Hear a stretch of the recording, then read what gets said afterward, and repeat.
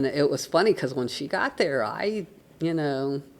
after just a couple weeks or just seeing the way she was and stuff, and I said, listen, I said, you're not a cake, and everybody doesn't need a piece of you. I said it like that.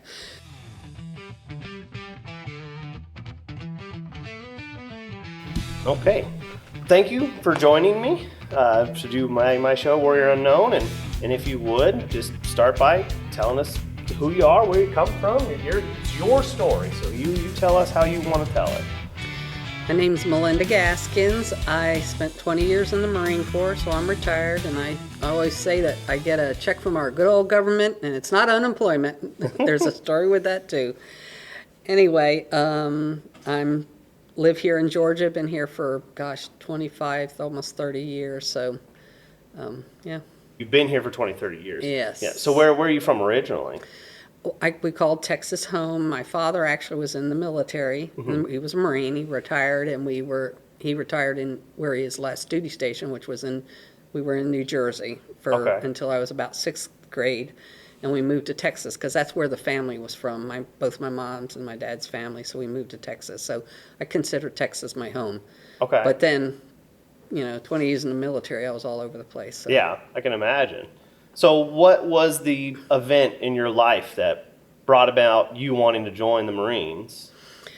To be honest, I didn't know when I was in high school, didn't know what I wanted to do with my life. A lot of my friends, my older friends, had gone into college, and back then, if you changed your major, it added to your school years. Okay. And I didn't know what I wanted to do. My dad was retired Marine. I was just a baby when he retired, so I was never the military brat, so I really didn't know about the military. And all three of my brothers had gone in. 2 of them, I think, were in the service still at the time when I was getting ready to go in. But the GI Bill was running out, and the oldest GI Bill will there take care of everything. And my family was not able to take care of college, so I thought, well, I'll go in the military, do my 4 years, get out, and then go to college. Well, 20 years later. So. Decided it was just the place for you to be, huh? Yeah. So your dad being a veteran, did that have much influence at all on, or? No, because I didn't experience the military family life. We never lived on, I was 2 years old when he got out, so. Oh, okay, gotcha. Right. So did he talk about it very much at the time? Not a lot. Yeah, No. he was more of that generation that they didn't really talk much about their service. Yeah. Did he serve in World War II or Korea or anything like that? Korea? Yeah. Okay. He was in supply. When I was born, he was overseas. I think like on a deployment type thing, because, like I said, came back to the States, and he retired in Philadelphia, so we settled in New Jersey. So. Okay, gotcha. All right. So joining the Marines just to pay for the college. Correct. Tell us about what that was like, being a fresh female Marine at that time. I'm sure it was pretty unusual. Yeah.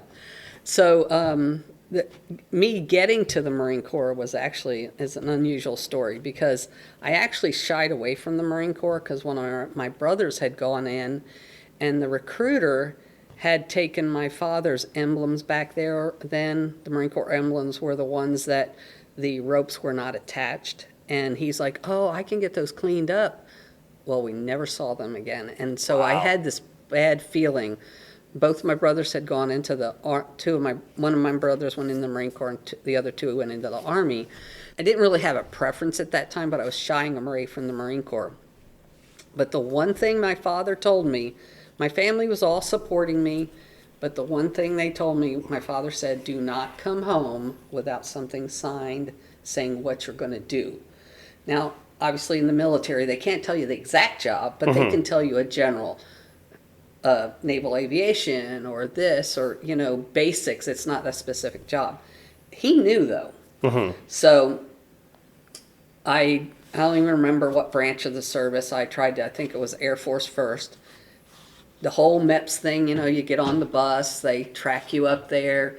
They're there to meet you. They babysit you because you're a child, and they put you in a hotel, and couldn't guarantee me. So this was in December. The GI Bill was running out in December, and I was still in high school, and I wasn't going to be graduating till June. So I would have to do delayed enlistment.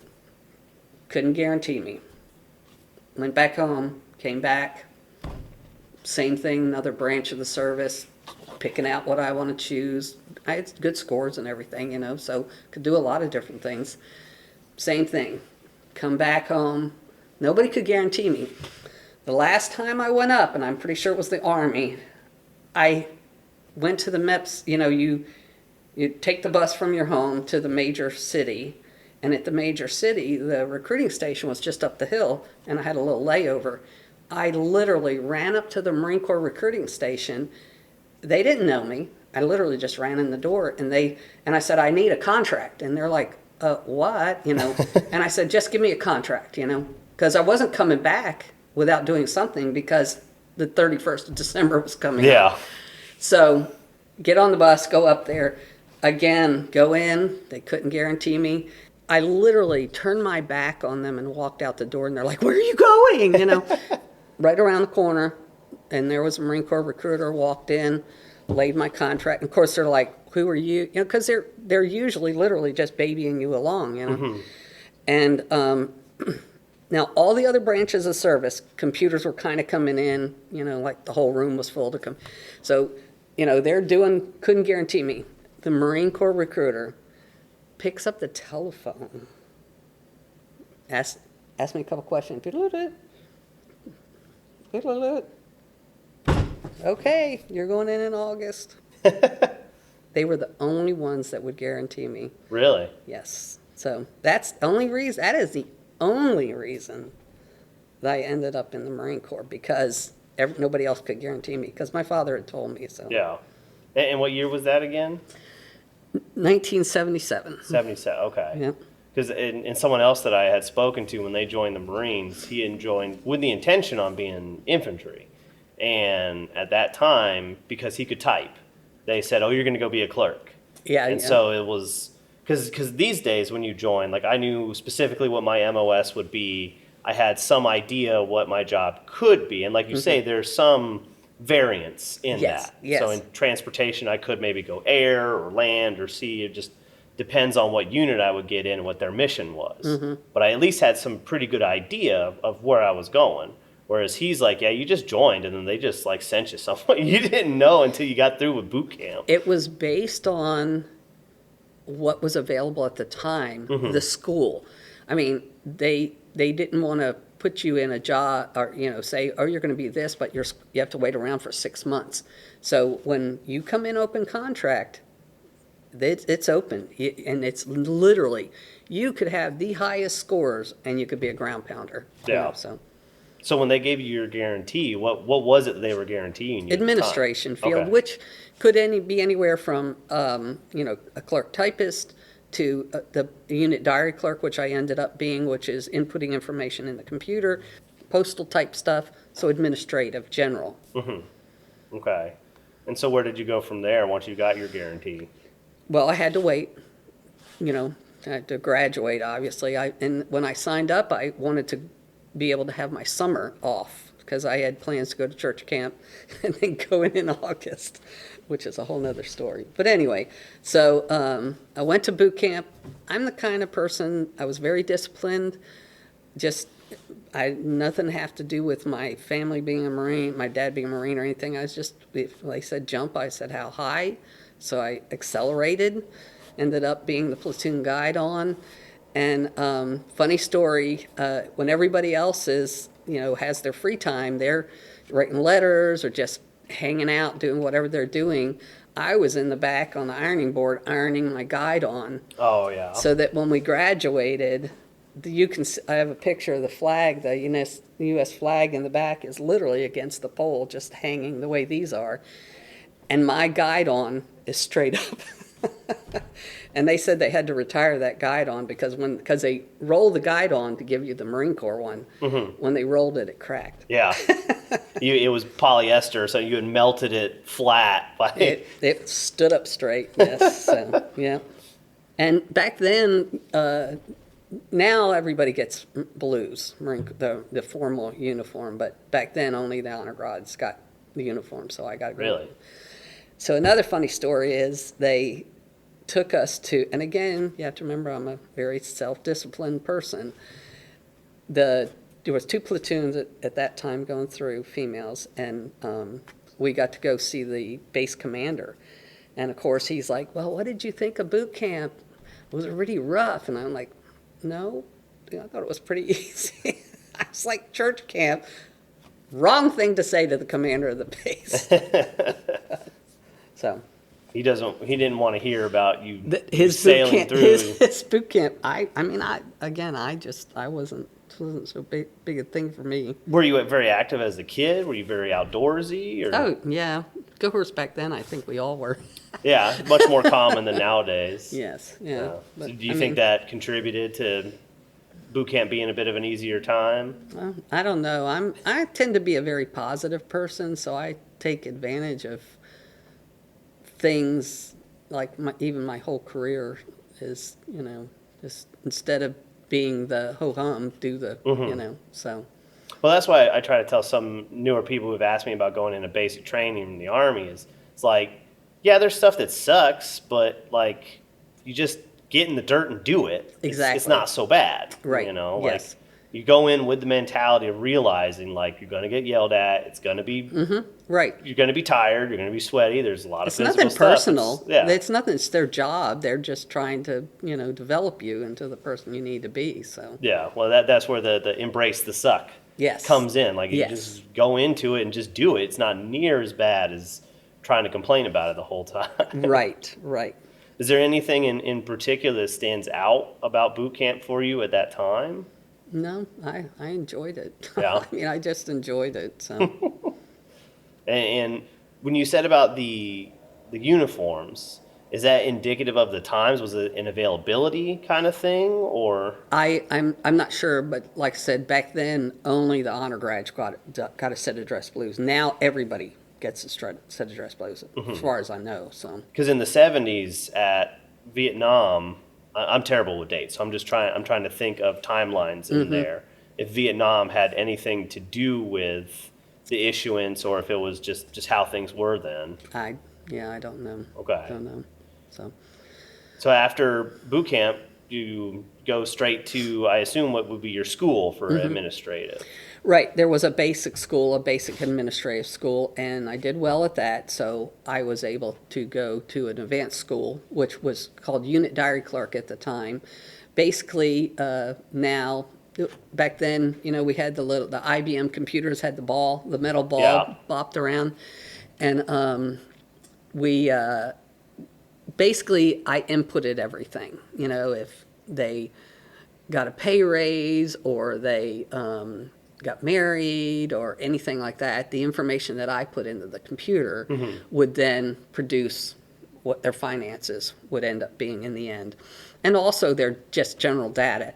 Back then, when I first went in, we had the carbon copies. Yeah. Remember the green carbon copy of the thing? So, and years ago, when you went in and did a credit card, they slid the knuckle buster. Yes, we had those. Well, so we had the metal plates with your information, and then we had to type out the stuff on the things, the forms and everything. So, of course, in 20 years, a lot of things changed from then. It would all end up all being on the computer and everything. So, yeah. So your basic job nowadays, people like data entry would be kind of correct. Yes. What it would be Well, it's all on the computer now. Yeah. So. Well, I'm trying to relate it to like what a modern job would consider that same kind of thing, and data entry kind of seems like yes. Yeah. Okay. Yep. And how was school like for being an administrative clerk in the Marines? I enjoyed it. Yeah. I'm a pretty good, happy person in general. So, but yeah. And because I did well in my unit diary class, I was able to choose from what was available. I got first choice. Okay. And one of the choices was Rota, Spain, Marine Barracks, Rota, Spain. And I'm like, well, I'm going to only stay in for 4 years. I want to go and see the world, right? Yeah, of course. So I put down Rota, and that's where I got to go. So now you have to remember that there's two small detachments of Marines in Rota, about 100 each. One is F Troop, which is the communications battalion, and the Marine barracks. And the Marine barracks purpose was to the security for the base. So they were on the gates and stuff like that. So anyway, going to a small detachment like that, they know you're coming. They know ahead of time. They meet you at the airport. Again, they're babying you along, just like with the MEPS thing. Well, I meet a Marine another Marine going to F Troop on the airplane, and we're going to the military base that's there. We're not flying into a civilian base or anything. So we get there, and of course his people come up and, oh yeah, welcome.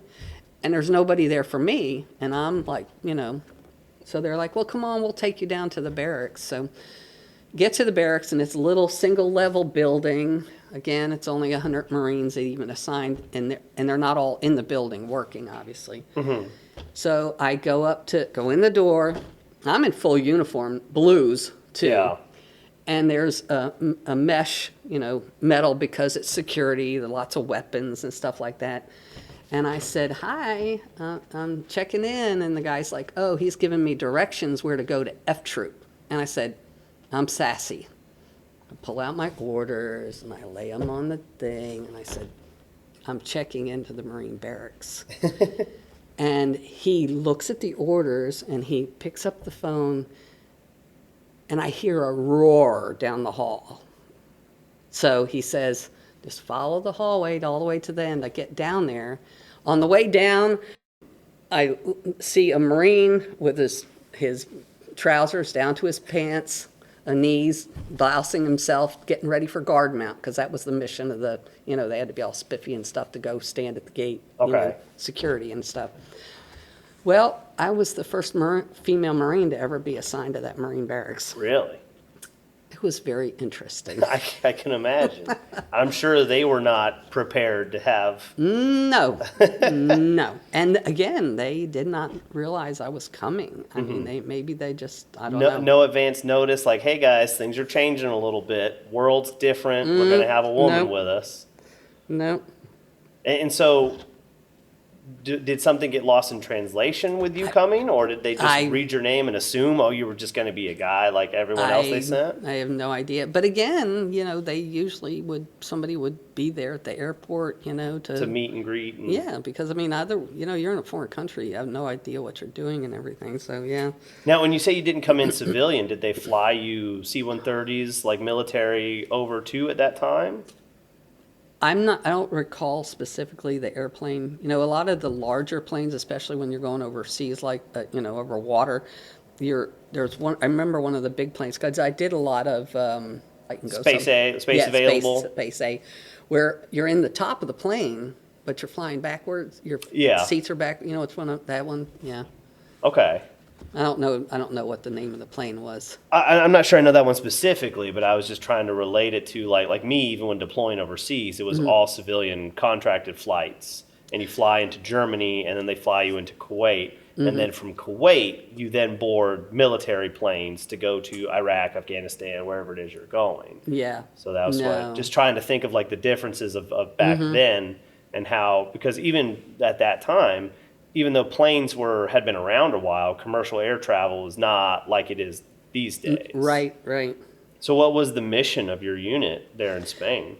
The primary mission of the barracks was the security of the base. Mm-hmm. So they stood on the gates, obviously, and then we had some perimeter stuff so there was 24 hours, 24/7, there was people. So what would happen is they'd have guard mount before you go out on your duty, and you had to be all dressed up spiffy and the blouse them in the back, and it's full inspection before they go out. Really? On their duties. Yeah. So that I don't recall how, maybe 6-hour shifts, 4-hour shifts. I don't remember specifically because I was not involved with that. So, but anyway, yeah. But because I was the first female, needless to say, I had a lot to prove, and it was hard because I I was always an accelerator, a go-getter. So they would put me up for meritorious promotions. And of course, I was never competitive because I was not one of the guys, You weren't in the good old boy system. Well, I wasn't in the guard. Okay. It was mostly, that was the purpose of the barracks, and that was the majority of the people, was the guard. So anyway, I was constantly had to prove myself. And one of the funny things is, so back then, the men have to do pull-ups as part of their physical fitness test. Well, the women, we had to do this. We came up to the bar and you had to hang. Okay. And your chin couldn't touch. And it was a technique, really, that you had to, learn. And it was like a minute and a half. And wow, that's if a long you've never dead done hang. it, it's not easy, yes. And it was funny because the guys would be like, oh, that's so easy. Well, in the men's bathroom, we called it a head, there was a chin-up bar, so people they just go in and, practice sometimes. I say, so you hang on that bar and fractionally, because it was like a minute and a half, 20 pull-ups to max out for the men, I will do pull-ups based on nobody ever beat me.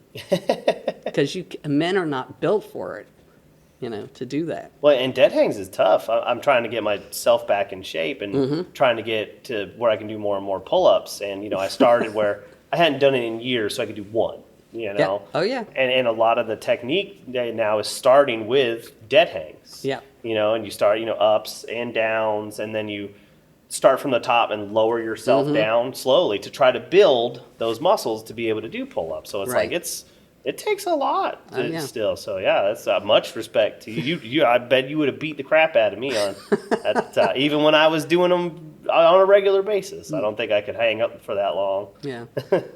So because of this whole thing about me, up in front of boards constantly and just, would never be competitive against them.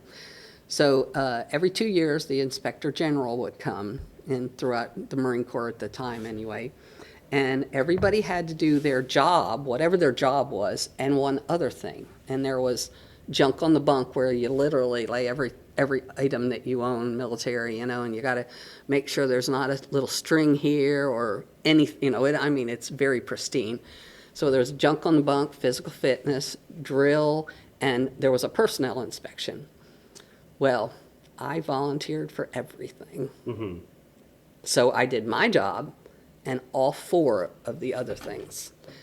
And when I did my hang for the physical fitness test, I pumped out 5 pull-ups afterwards.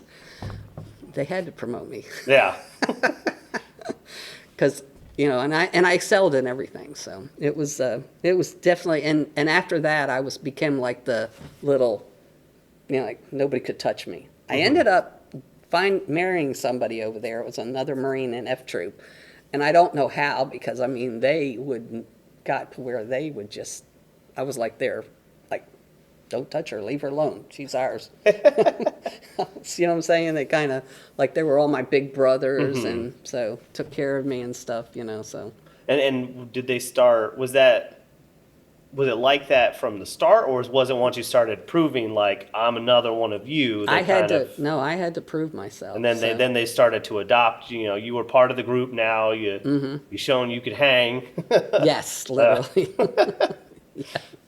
And I imagine that was pretty much because that still happens today for some instances, but I imagine that was much more the norm, societally or even within the military, just all around at that time. Yeah. So, and you being the first, is that something you realized at the time might have been important, or was it later in life that you maybe thought back, like, wow, I was the first person to do this? No.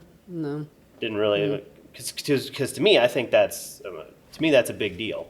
You being the first woman to be sent there, and you took it on, you showed them you could do it, and you proved the idea there of like, hey man, like, we can let the women in, we can do this together, we can all be Marines. And so I look back, I think that's a pretty important moment, at least in their history. Yeah. Yeah. Before I left there, though, there was another female that came in, and she was an E6, which was a little bit more rank, because when I went in, I was a lance corporal when I got there. And which is an E3 for Marines, yes, right? yeah. And it was funny because when she got there, after just a couple weeks or just seeing the way she was and stuff, and I said, listen, I said, you're not a cake, and everybody doesn't need a piece of you. I said it like that. I said, you're following my reputation. I didn't want her to, make this not the right thing. Yeah. A female, and the respect that we needed as a female to continue at the barracks, So. Yeah. Which is, it's understandable. Mm-hmm. We came in there, we're Marines. You hear me? That's right. That's right. That's right. How long did you stay at that post? I was there for 3.5 years. It was a 3-year tour, and I extended for 6 months. So. Mm-hmm. And so you extended for 6 months. Mm-hmm. So where did you go after that? Well, of course, right now we're talking about 3.5 years. That's my time up. Yeah, you said you listed for 4. Yeah, so I re-enlisted, and hey, I was already overseas. Let's go. I went to Okinawa, Japan. Oh, really? So I went straight to Okinawa, Japan, and the funny thing was, I was overseas for 5 years. So when I came back to the States after Okinawa, it was a culture shock. I can imagine. Because I still remember going into just like not a grocery store, just a regular store. And we had bought, I think whoever I was with, we bought some Uno cards. Mm-hmm. And I'm a penny pincher. So I literally pulled out the exact change, and gave it to the person. And they said, no, it's such and such. And I said, no, it's not. It's right here. It was right. I said, no, it's not. And they said, tax. And I said, what? Because, in the military overseas, there's no tax. Duty free. There's no tax at all on base. And so, yeah, it was a culture shock. And driving on the wrong side, the then right side of the road, wrong side of the road when I was over there. Yeah. I guess I should back up a little bit and ask, how much of Spain did you get out and experience while you were there? I'm glad you asked that, because that's one of the things that I want to mention. So feel free to stop me anytime. I had hit the points you want to hit. Even though I made some notes, that's one of the things that I wanted to talk about is that, I was at a Marine barracks, so it's all young Marines, mm-hmm. right out of school, right out of infantry school, and all they did was go right out to the bar go out the gate to the first bar, and that was it. And yeah. Not me. Of course, I wasn't a drinker, so I explored.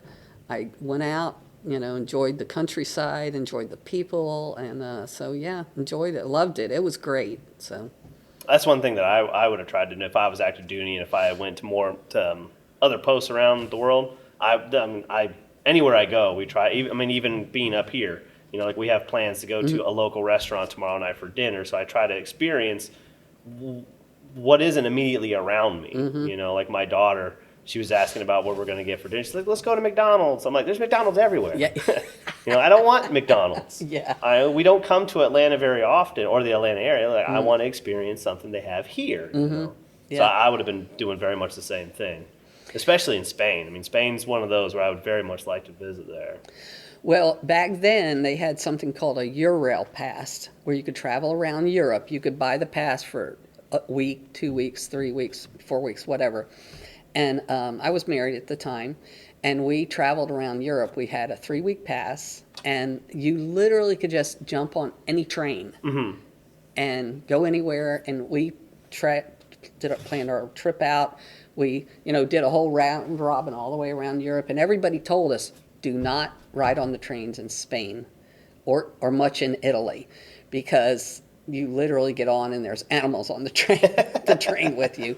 So we flew up to, I think it was Germany, and then, went all the way around, and ended up back in Italy, and then flew back to Rota. So, mm-hmm. But, great.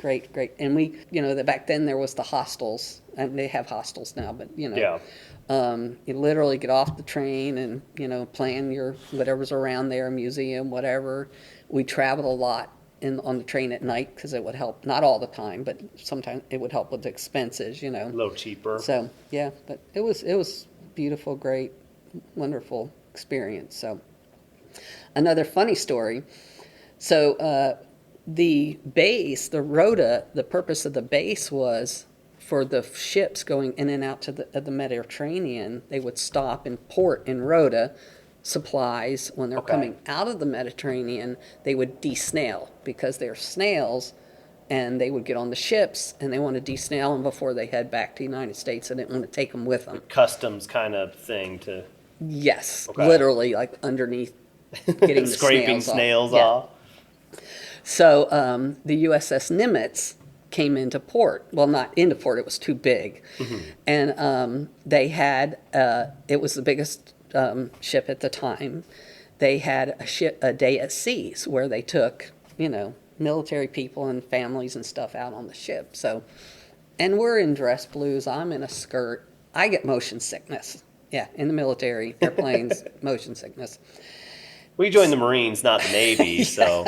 So the Navy's our Uber. Yeah. I always tell people. I meet people here at the Legion. I'm like, are you in the Navy? Yeah, you're our Uber drivers. So anyway, we had to take one of the little ferry boat things. Was not a good experience. So we're on the Nimitz, and we're out there. We were out there for 15, 20 minutes, and I said, "We are moving." And they said, "Oh no, this place it's an aircraft carrier." Yeah. I said, "No, you can't tell that we're moving." Like 10 minutes later, the captain comes on the horn. "We've been underway for 10 minutes." I'm like, I knew we were moving. So it wasn't too bad because it is so big, but that's another funny story that I knew that the ship was moving. So yeah, big ship. We've been on a couple of cruises, and it's much less extreme than on smaller boats. Mm-hmm. But there's another reason why I didn't join the Navy. Like I'm not big on boats and such. So after that, you experience Spain. You ride a few trains with some goats and some pigs and such. And then Okinawa, Japan. Yep. And so, I imagine in your job was very much the same.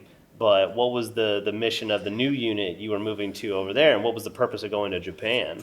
Well, it was a 1-year duty station, but I extended over there for 1.5 years just because it was just so great. Mm-hmm. But the unit I was in, majority of the time I was over there was it was supply stuff. They just. And again, I'm just doing admin. I'm keeping everybody happy and paid, but not necessarily in that order, because nobody was ever happy with what they got. Yeah. I'm just, these young people, the military is great when it comes to finances, and being able to save some money. Gosh, I saved tons of money. So, they just don't realize it, that this is a lot of money, if you just manage it properly. So. Yeah. Well, a lot of the young guys, they don't take advantage of them. I tried to save everything I could when I was in, because when I got a sign-on bonus, and when you graduate basic, they gave you a small portion of it, and AIT, they gave you the rest. And I'm trying to tell all the guys, like, man, you're going to AIT, you're about to hop on a plane to go somewhere else in the country and continue to do this military, and they're out on family day loading up on Xboxes, computers. Like, save some of that money, and then they talk about, we never have enough. And while there is an argument to be made that military probably should be paid a little better than it is, it's also like, you live in the barracks, man. Like, you don't have rent, you don't have utilities, you don't have. So try to take advantage of that. I'm not telling you not to have fun, but maybe wait 2 weeks to buy the Xbox instead of buying the first week, kind of thing. So. Well, and nowadays, what's the first thing they do? Buy a car. Yeah, that's the and big they can't just buy a little clunker. They have to buy something they've got a payment and insurance and all that other stuff. So. And they got to get a Camaro, so they're going to get the speeding tickets. And. Yep. And there's 8,000 dealerships right outside every post because they know. Oh yeah. Smart business. My buddy did that exact thing. I had to go to Fort Stewart for a little while when I got injured, coming home, and we spent a few weeks there. And even though we were only going to be there, it's like he went out and he bought a Camaro or a Mustang from one of the dealerships out there, and it's like, what you doing, dude? Like, this isn't like our permanent duty station. We're not going to be here for 5-6 years. We're going to be here for a couple of months, man. Yeah. Well, when you said something about a bonus, back then there was no such a thing. Yeah. So, And even during that time, I mean, well, like Vietnam's, I mean, a whole different animal compared to what they had going on now. yeah. Was there anything like that? Do you know at the time, like maybe very very specialized jobs they were trying to get people into, or If there was, I was not familiar with it. well, you would know. I mean, you worked administration. And You as would- far as reenlisting, there was a time during my 20 years that they started implementing like reenlistment bonuses, but I ended up picking up warrant officer, and which is so in the Army you can come in the Army as a warrant officer. In the Marine Corps you had to be enlisted for like X number of years, certain rank before you could even apply. So I picked up warrant officer. The year that I was selected, there was a 12% selection rate. Wow. So yeah, pretty low. So went up to Quantico, did the whole basic school thing and everything. And again, me and heights, because also heights for me, not just the whole. I mean, I can't even do a merry-go-round or anything. But got experience on the obstacle course. Because see, that's in the Marine Corps, and for the women, at least at the time, we didn't do the obstacle course. Now they have the Crucible, I think it's called now. Well, at OCS, there was an obstacle course, so we did that, and I ended up setting a record for the obstacle course, which ended up putting my name on a little plaque and everything. But so yeah, did really well. So. And was that after Japan and after reenlistment? Yes. Okay. Yes. After probably I was getting close to my second reenlistment by this time. Okay. So that's a little ways down the road after that. Yep. So when I left Okinawa, I came back to the States, and in 15 years, I only had 2 stateside duty locations. Usually every 3 years you move. Well, so many of the people that I knew, they're sitting back, should get orders soon, and they're like doing and man, not me, I'm calling somebody. What do you have open? And because I hated to move, so I didn't want to move, so I literally went from like a squadron to the MAG headquarters to the base. So I'd stayed in the same area, base, but I just moved from major command. So in 15 years, I only had 2 stateside duty locations, which is kind of unheard of. Yeah. So, but I planned all my duty stations. Of course, being in administration, wherever there's a Marine, there's administration. So there's a lot more vacancies. But when I picked up warrant officer, there's only one warrant officer. Very small pool. One officer per unit doing administration. So it was a planning thing, and I planned it out every time. I found out what was coming up, what was available.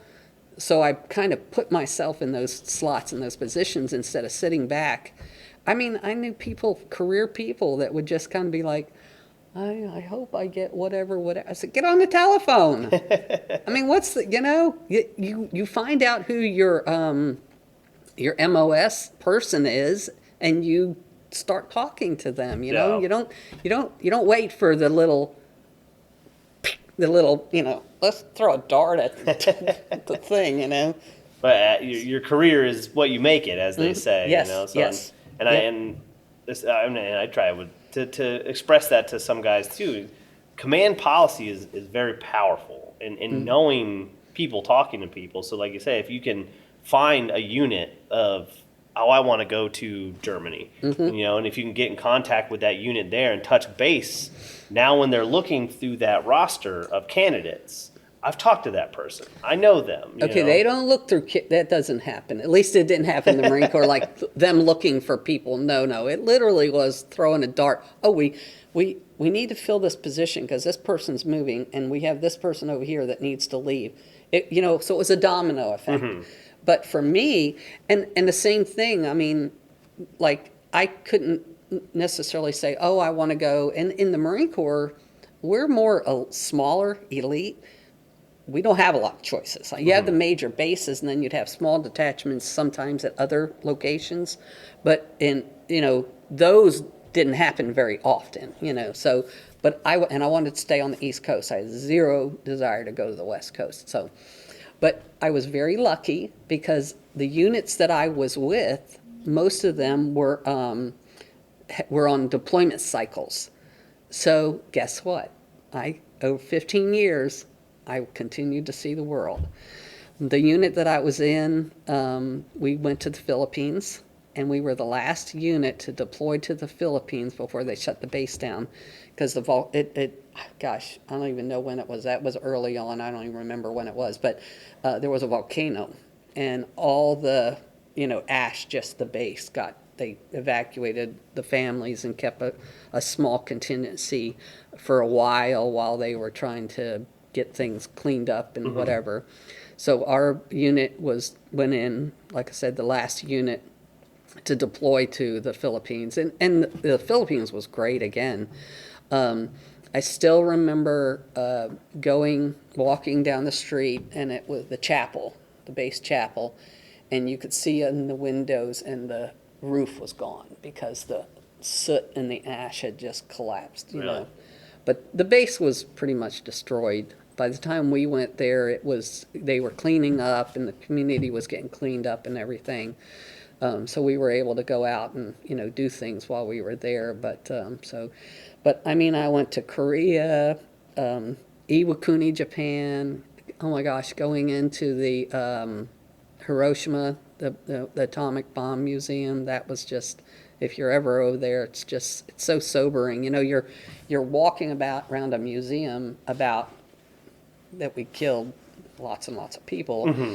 And you're standing next to a Japanese person thinking to yourself, why aren't they mad at me? But it's very sobering. It's very interesting and neat experience, though. So, well, and at that time, you would have been much closer in time to when it actually happened. So, like these days, from what I understand, there's not much animosity left over for the most part. Yes. But it would be totally understandable at that. Be like, oh yeah, just 20 years back, you guys bombed wiped two cities off the planet. Yes. Yes. Yeah. And in the States, I got to go to Nevada, and my last assignment, got to go to Cuba. Oh, really? It was during the mid-90s when they were having the boat exodus from Cuba. They literally were getting on rafts and floats and just anything to try to get to the United States. And as long as we could catch them before they touched land, they would send them back to Cuba and to actually Guantanamo. So they were on the military base. And the mission of when I was there was 20,000 refugees in a makeshift camp. Really? On the cliffs in Guantanamo Bay, Cuba. And I was there for about 5 months. And again, it was such a great experience. So if we go back a little bit from Okinawa, you said you came back to the States after Okinawa?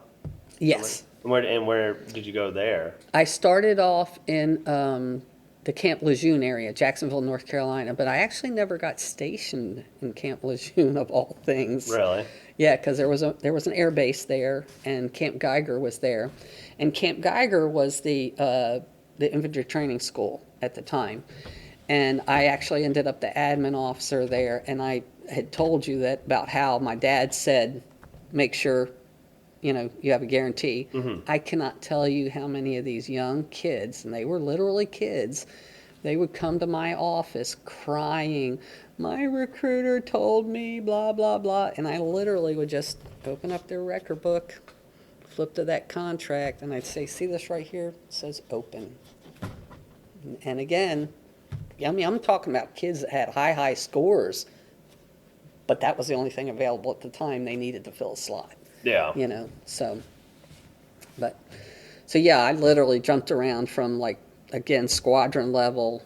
And so in New River, which was in Jacksonville, those were helicopters. So I was in the helicopter community at that time. So. Okay. And so with the open contract thing, is that something they still do to this day? Oh, yes. Yeah. Matter of fact, can tell you a story. So the friend, her son wanted to go in the military, and that's one of the things I wanted to say. When a young person says, they want to go in the military, there's three things I tell them. The first thing is, like my dad told me about the contract thing, and don't think, what if I go overseas? Because guess what? You're going to go. Plan to go. And if you can't handle that, do not go in, period. Because one of my son's good friends went in, and like his first duty station, I said, and that was at the time, he was going over like someplace you didn't want to go. Mm-hmm. And he went AWOL. Wow.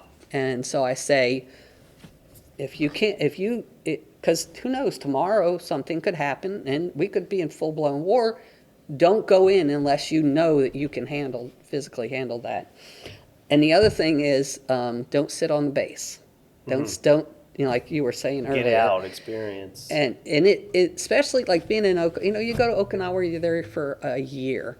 If you don't intentionally make plans to go out at least once a month, you can go out more, but you're working during the week, so got a weekend. There's only 4 weekends in a month.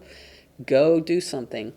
One of my stepdaughter went in the Marine Corps, and it's probably been about 10 plus years now, and her first duty station was Okinawa. And at least when she was in 10 years ago, they actually made plans. The unit made plans and took them. Really? Put them on buses and took them like to the beach or whatever. So it's changed a lot, obviously. But so those are the three things I always tell them. Yeah, I think the going overseas or potential deployment thing is a big thing for young people, because I remember I joined the reserves, and you had a lot of people who joined the reserves and thinking that, oh, well, like I'll never go over because I'm in the reserves. I'm not active duty. No, that's what it is. It's a purpose of it. Yeah. Well, and especially to call you up. in Iraq, after the first couple of years, it shifted to where, I don't remember what the exact number were, but it got to be what it was like 70, 80% reservists overseas a lot of the time. And the active duty guys, they would be like a lot of the command, or they would be in charge of bases. Mm-hmm. But so much of the job that was being done was backfilled by reservists, right. Especially after a few years, because active duty guys had been over 2, 3, 4, 7 times. Right. And it's like, we can't keep sending these people over. We need. So yeah, it's like, nah, the reserves go over an awful lot. And people in real life, they think that too, all the time. Like, yo, you deployed as a reservist? Like, yeah, I'm lucky I didn't get sent a bunch of times. Yeah.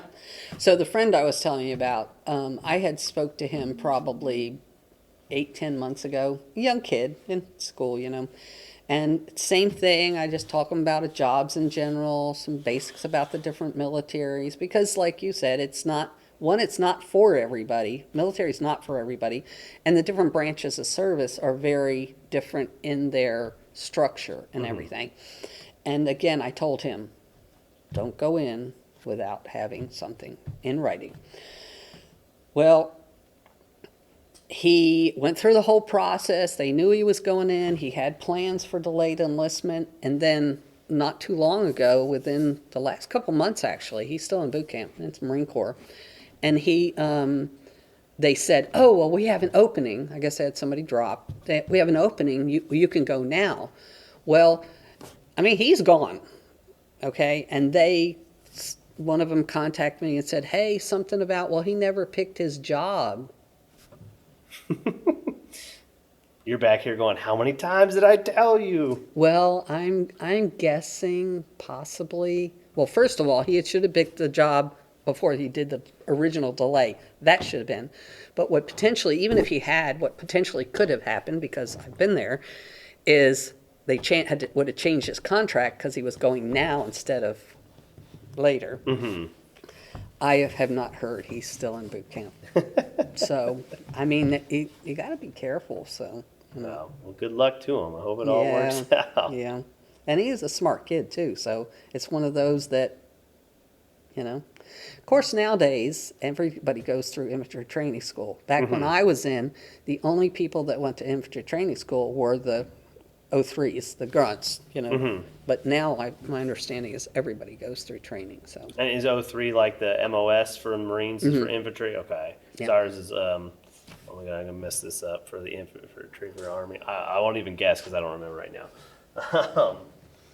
But it's still, not to try to be stuck on it, just so foreign to me about the idea of the open contract because, like in the Army, like when I joined, I knew or it was in contract, you get told, it's right there on the paper, 88 November is what you're going in as. Right. And, before I even left, I had a vague idea, not that it couldn't change, but, I was going to Kentucky to Fort Knox for basic. And then after that, I'd be going to Virginia for AIT. And it's like, I had an idea of everywhere I was going. There were some, like we said earlier, variances of mission or unit dependent on what the specific mission was. But it's Right. like, there was no like, oh, make sure they give you a job. It was like, no, I picked my job. Right. So I think part of that might be the recruiters. Some recruiters, which they should all know, are, that you don't want to put a kid in under open contract because, again, it is such a waste for the ones that are really intellectually, because it's just going to, and the Marine Corps is so small. Especially the Army. The Army's huge, so there is constantly billets opening. Whereas in the Marine Corps, there may only be a supply school 3 times a year, you know what I'm saying? So, because it's a process, you got to do this training, this training, this training. So, it's and maybe the other branches, at least the Marine Corps at the time, but obviously it's still happening. Well, it makes me wonder, just part of the perception of the Marines, because those who are Marines, and especially those who are in for a long time, are so dedicated. They're not ex-Marines, they're not former Marines, they're always a Marine. Correct. That's right. It makes me wonder if part of it is because of that process, where those who go through it and they make through, and it hardens a lot of those who are in it. But then you also have a lot of people who will say, like, if you're going to join the Army, don't join the Marines. Because of like, oh, you don't know where you're going to go or what you're going to do. And the Marines, it's not even that the Marines are tough, but they're looked at as like the Marines are too hard on people in a lot of cases, kind of thing. So it's just interesting. It makes me wonder that perception, how much that influences the way people view the Marines because of like I didn't know open contracts were still a common thing in 2025. Yeah. You know what I mean? Yeah. So it's just very interesting even for me to be like, wow, like that's something I never really thought about. If I may ask you, your time as a warrant officer, is that, you said it's different in how you have to be a part of the Marines to become a warrant officer, whereas the Army is the scope of a warrant officer similar to the Army's, or does it work differently? I'm not sure about the Army, but in the Marine Corps, the fact that you were already in whatever your job was, so you then become a warrant officer, so you're more experienced. Because you take, for example, we call them a butter bar, a brand new lieutenant coming in, and they don't know anything. They go through training and, of course, and everything, schooling stuff.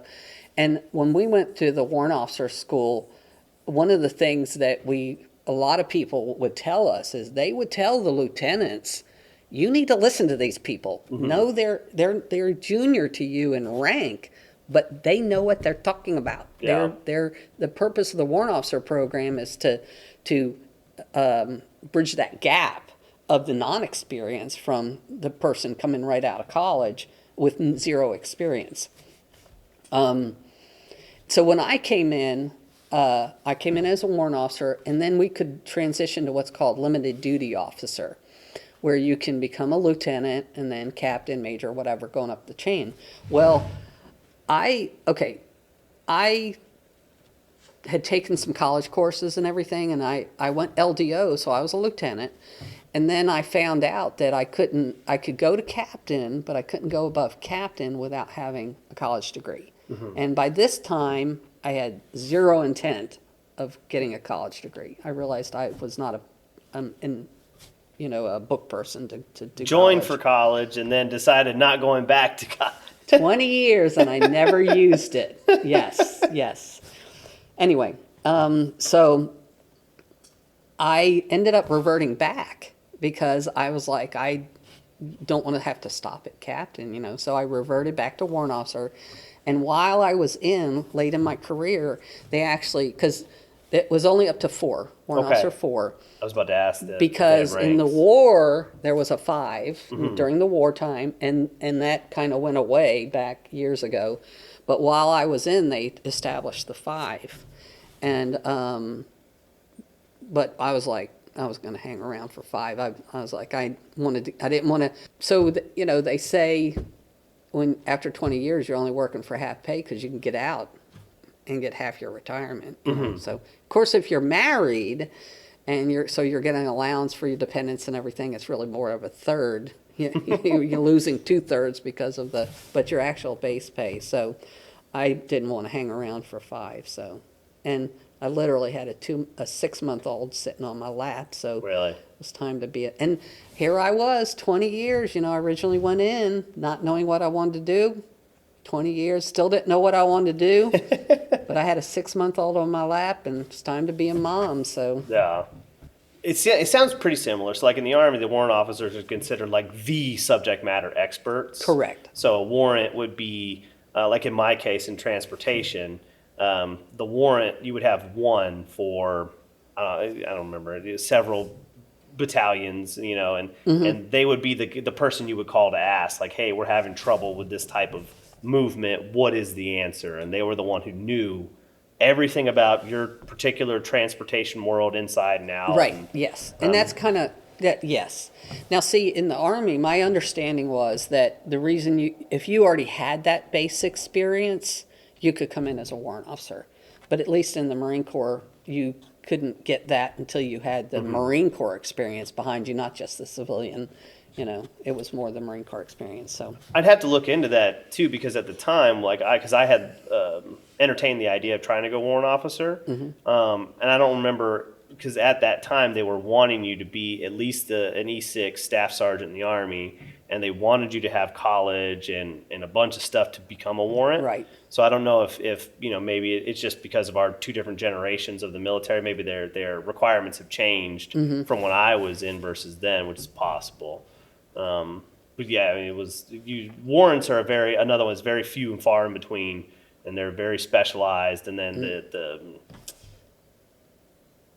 promoting within the warrant officers is very, very competitive because there's so little of them. Right. And then when you get the higher you get, there's less and less ranks. Correct. There's like a handful of warrant officers, CW5s in the entire Army. Exactly. Yeah. So a couple interesting things. When I was at a time when I first went in that there was several transitions things going on. Like when I went in, the women our dress uniform, not our formal dress, the blues, was a green and white pinstripe, and that got phased out very, very quickly.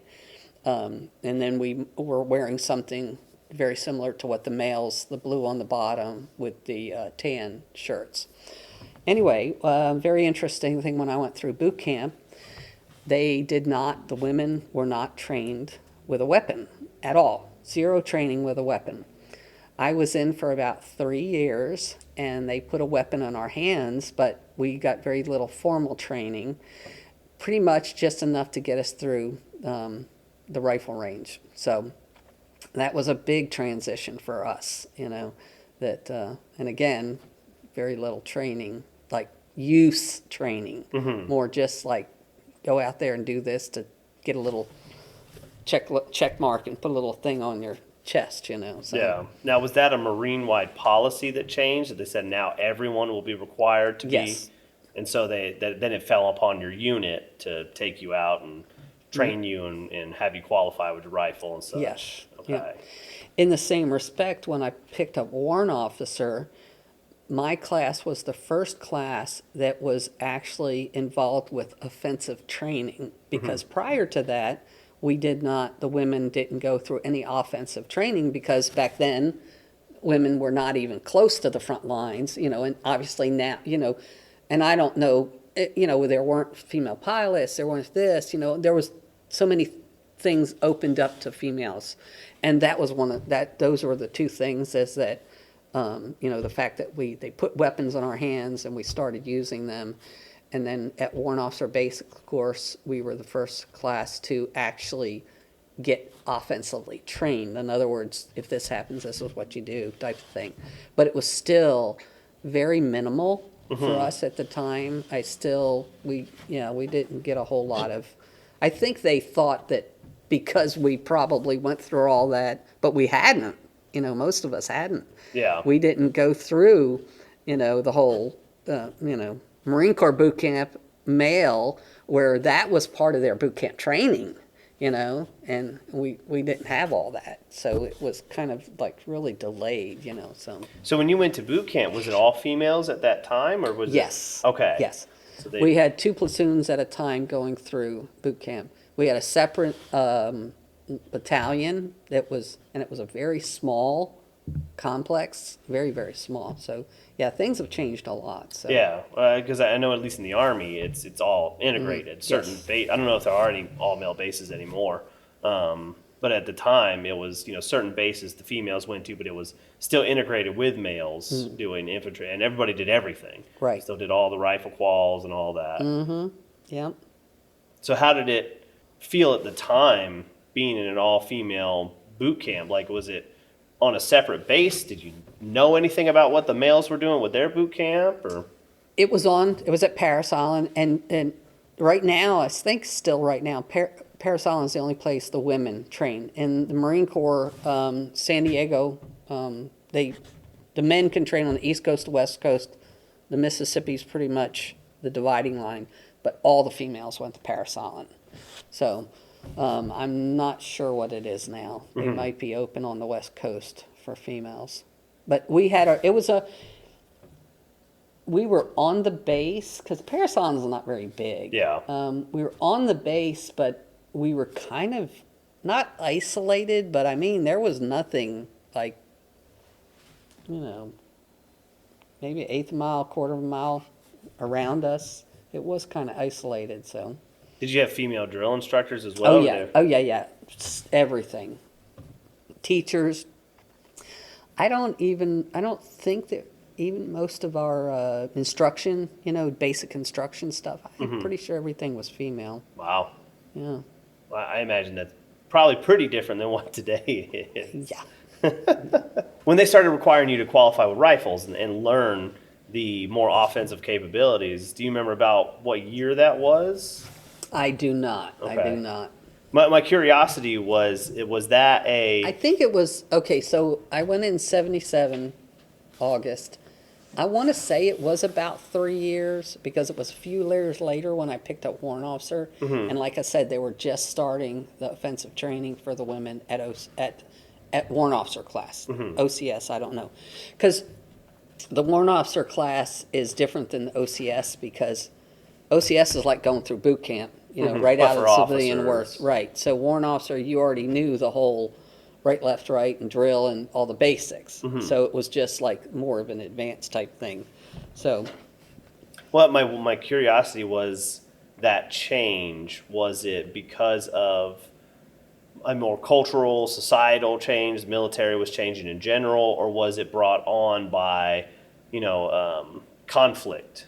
And they're saying, oh, we need to, get women ready because of the potential that we might go back to war with someone or anything like that.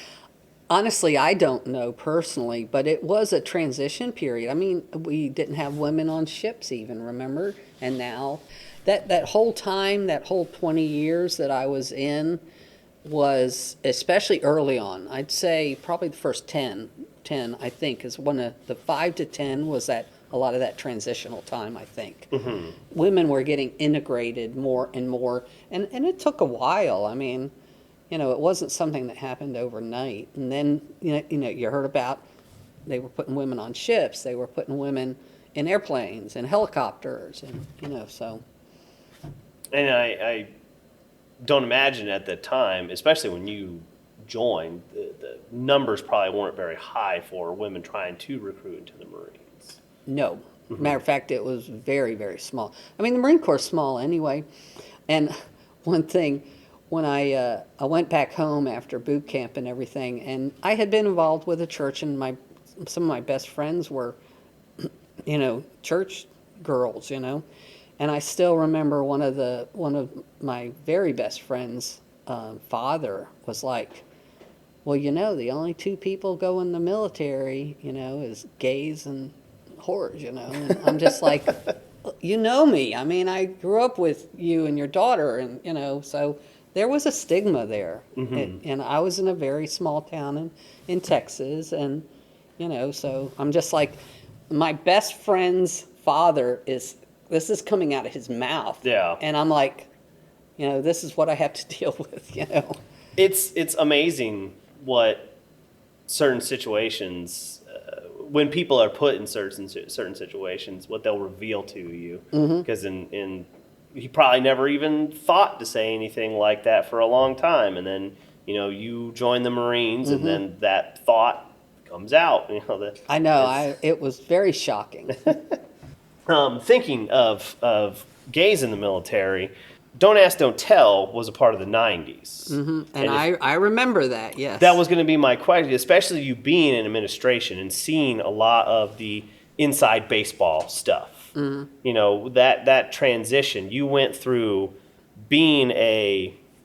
When did they start letting women in the Marines? Do you remember? No. Okay. I can't imagine it was for very long when you joined. I probably had been around a while, I think.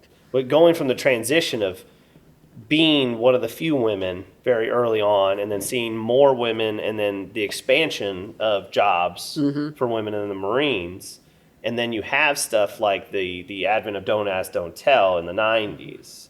You being in there, that's another kind of first.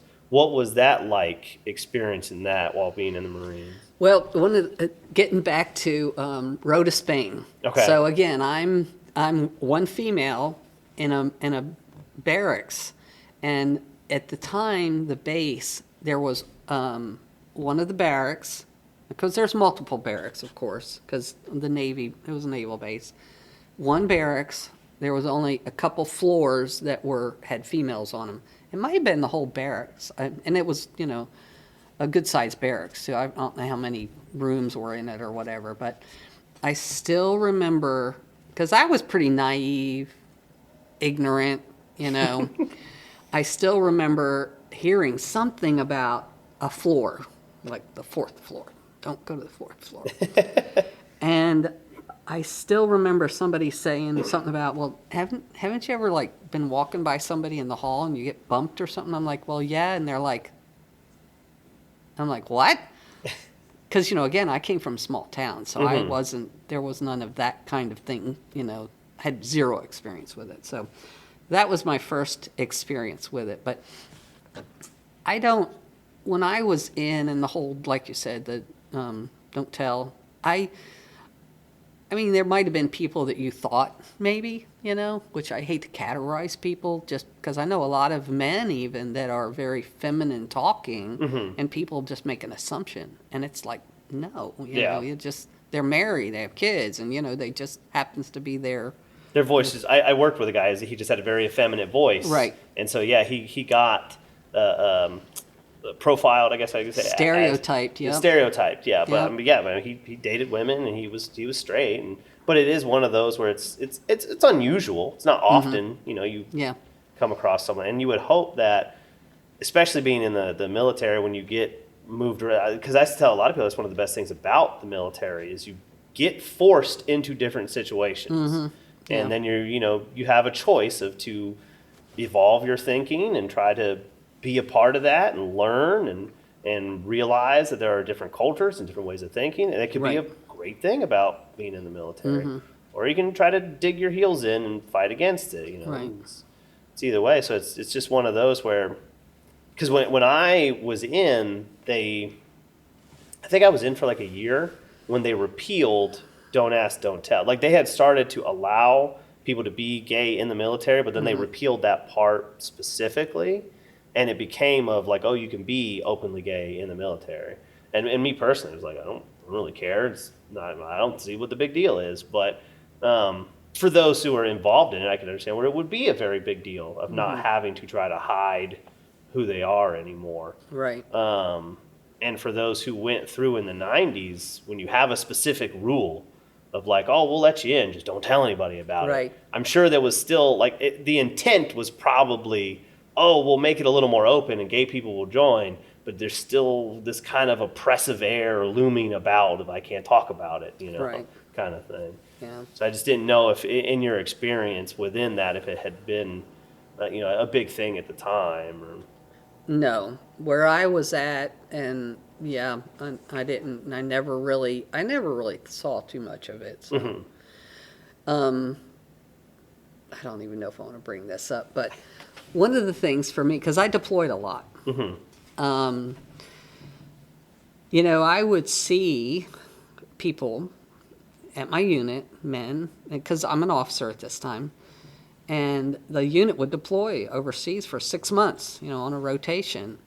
And I would see them go out in town and just be, not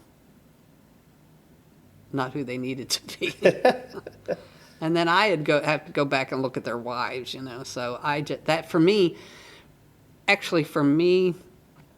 because I was single, I had gotten married in Rota and then, got divorced. We were just good friends and, we were both too young, pretty much. But,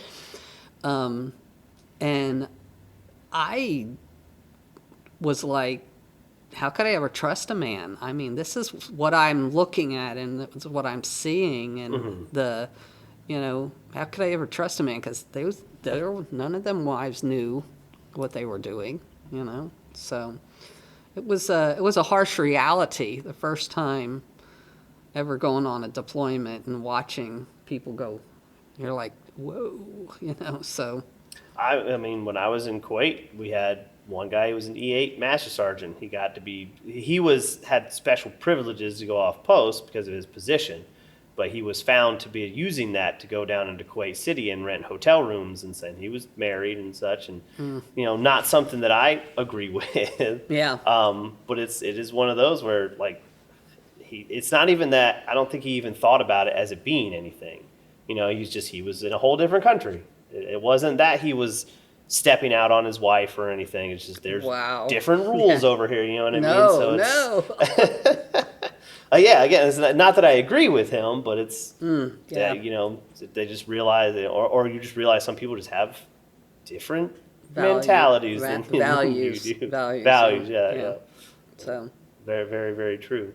So you said you were married and you married another Marine, and that you met in Rota, Spain at that time, correct? Mm-hmm.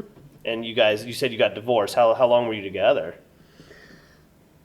Gosh, probably only about 4 years. Really? Yeah. I think he ended up, wanting to get out, and I didn't want to. So I think I don't recall all the details. We were just kids, literally, just, so. Well, it's a subject that we bring up a lot with a lot of my guests because, like, divorce rates are very high within the military and such. And it's understandably so. It's a tough life, A lot of people aren't cool with having to move all the time, or you're away from home a lot. Even if you're doing everything right, it could still be difficult on couples. And there's a lot of people that think like, oh, you marry someone who's in the service and they understand. Sometimes that works out great. Sometimes it doesn't work out at all. It was just a curiosity. You guys spent 4 years together. He just decided he didn't want to be a part of it, didn't like being a Marine or anything anymore. And we are friends now even. So, yeah, which is awesome. Yeah. Especially if you can realize that, because a lot of divorced couples don't realize we just weren't meant to be together, and it gets real bad. Yes. Well, we talked about it, I guess 5-10 years ago, and we're just like, yeah, what happened? We don't know. We're kids, yeah. And did you remarry later when you had your child? Oh, yeah, yeah, yeah. Yeah.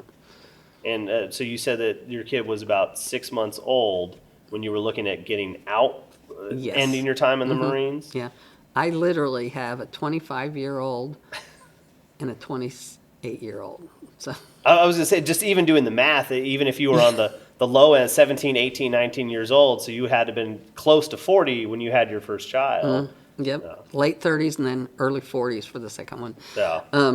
Yeah, when I went to my 20-year high school reunion, when everybody else had small children, they were their grandchildren, and mine were my children. Yeah. So What was that experience like, being, what they would say, a little bit older, even in the Marines, and then having a child in your late 30s? Was it very difficult, or? Well, I think God knew, because I had only been married, a couple years, and because I knew women that I knew a lady that had 5 kids in the military, and I'm just like, how do you do that?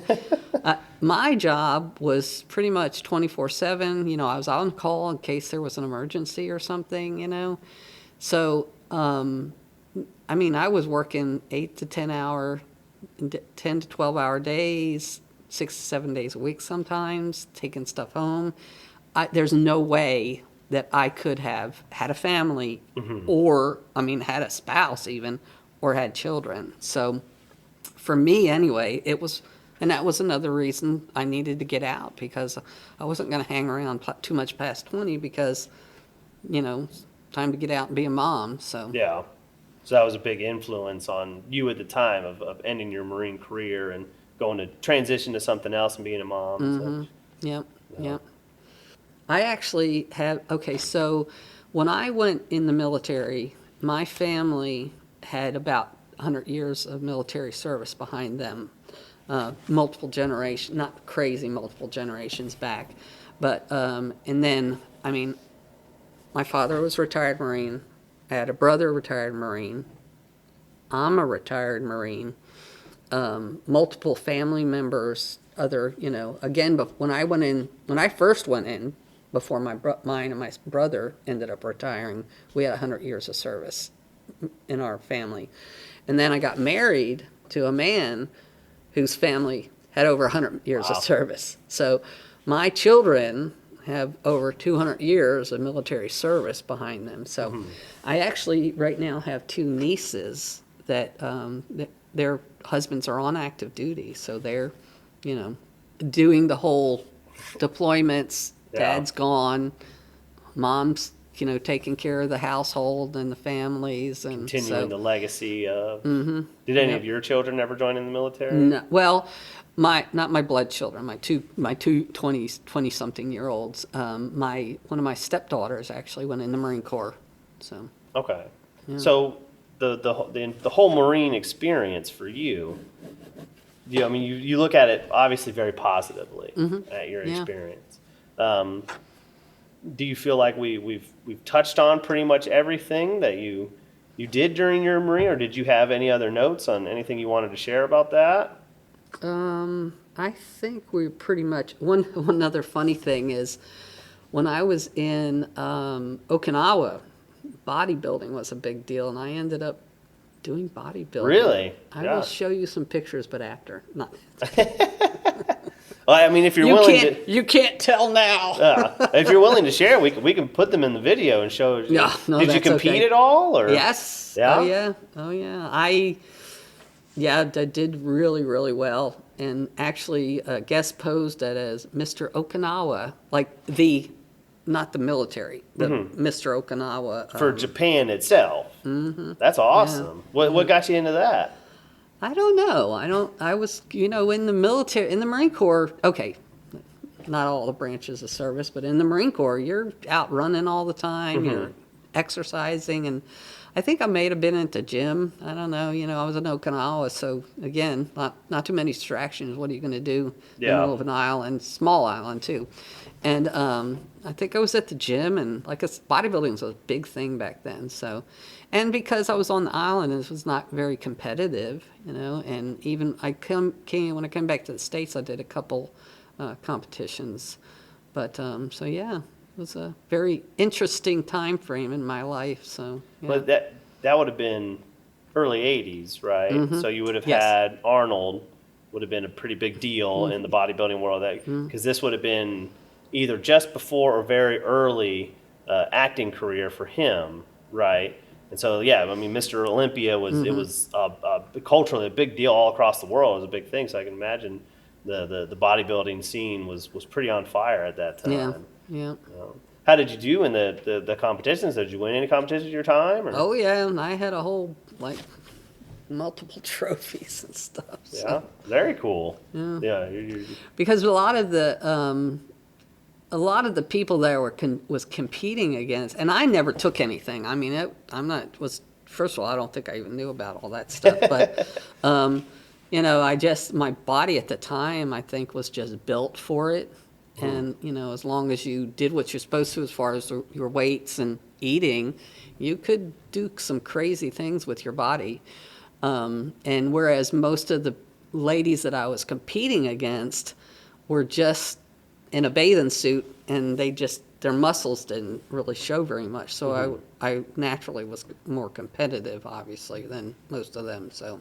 And competing in Japan, I imagine you were competing against a lot of other Japanese. Were there other? No. This was all. I didn't compete in the economy. It was just on base. Okay, so this was a Marine specific bodybuilding on well, base. military. Okay. I mean, there was multiple. Okinawa. Okay, it's a pretty big hub, right? It's not crazy big, but I mean it's an island. But there was other branches there also. So there was other. I don't know if I ever really competed against any other Marines. I think they were the military service members. So you would have been maybe against like other Army or Navy whatever. or stuff like yeah. that. Gotcha. I don't know that I ever really knew what branch of service necessarily that they were in. So. That's still very cool. Very, very unique. Yeah. Wait until you see the pictures. It surprises me. Yeah. Part of many small pools, because I mean, even today, female bodybuilding, it's a lot bigger than it was, but it's still not. It's a very small percentage of women who decide to go try to do bodybuilding. And such. Oh yeah. So where after the Marines then? Where did life take you? Here. Ended up here in Georgia. Yep.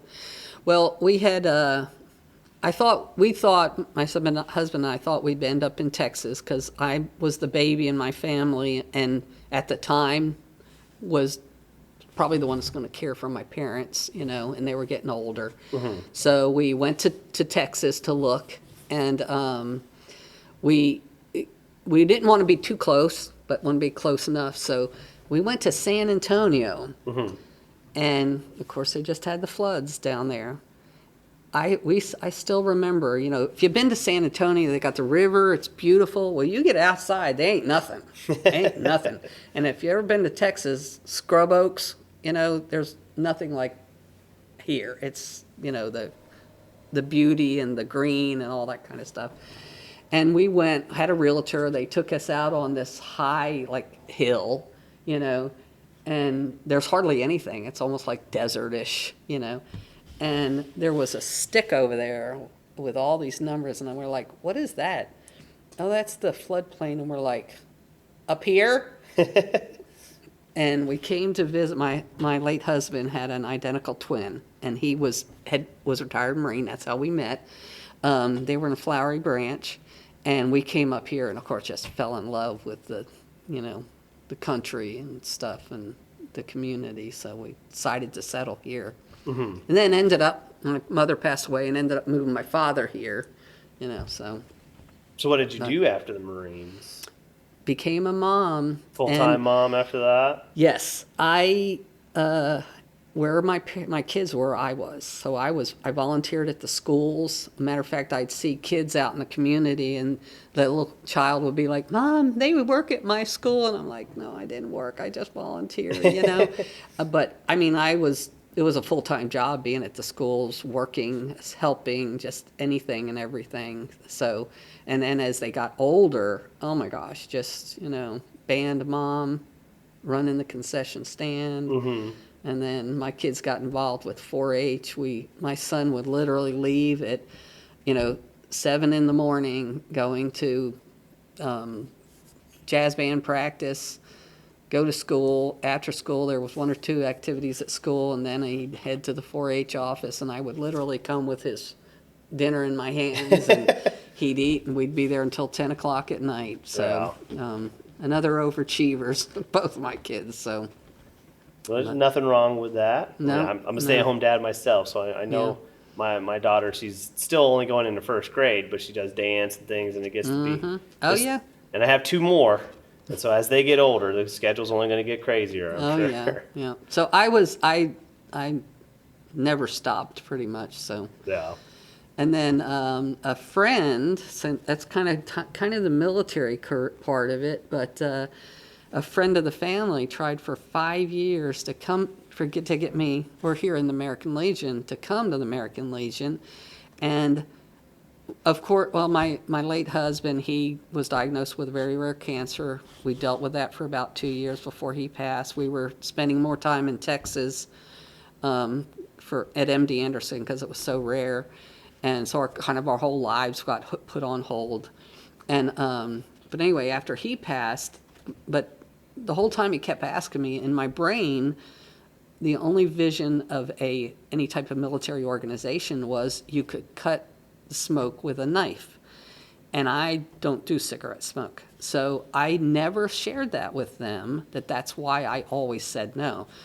But a couple of years after my husband passed, I'm like, I just need to go ahead and go. And I came, and oh my gosh, I was like, there's no smoke in here. It's just, this is cool. I like this. So, and about 3 months after I was coming to the Legion, somebody was like, well, what are you doing here? Blah, blah, blah. And I said, well, 3 months ago, I didn't know any of these people, and now they're all my family. And, it's just love it. Great organization, supporting our veterans, and we do tons of stuff in the community. And I'm on the honor guard, so we're very active. We do about 50 things a year, to include community organizations want us to come and post colors, especially during the special holidays, and we do funerals and just all kinds of stuff. So, And you said for about 5 years they were trying to get you to join. So how long had you been out of the military when you started doing the American Legion? Okay, so I got out in '97, so we're talking about 30 years now, and I've only been involved with American Legion for about 3. Okay. So you were out for quite a while before you did that. Yes. So you did the mom era and raised the kids and stuff, and then towards the as they were getting older, that's when the American Legion came about. Oh yeah, kids were already out of school, and and when my husband passed, I'm kind of like,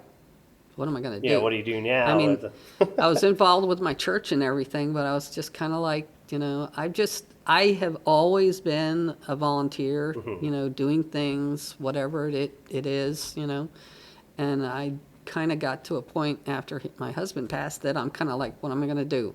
I need something else to do. So that was just your next mission in life. Yeah, that's what it was. Yes.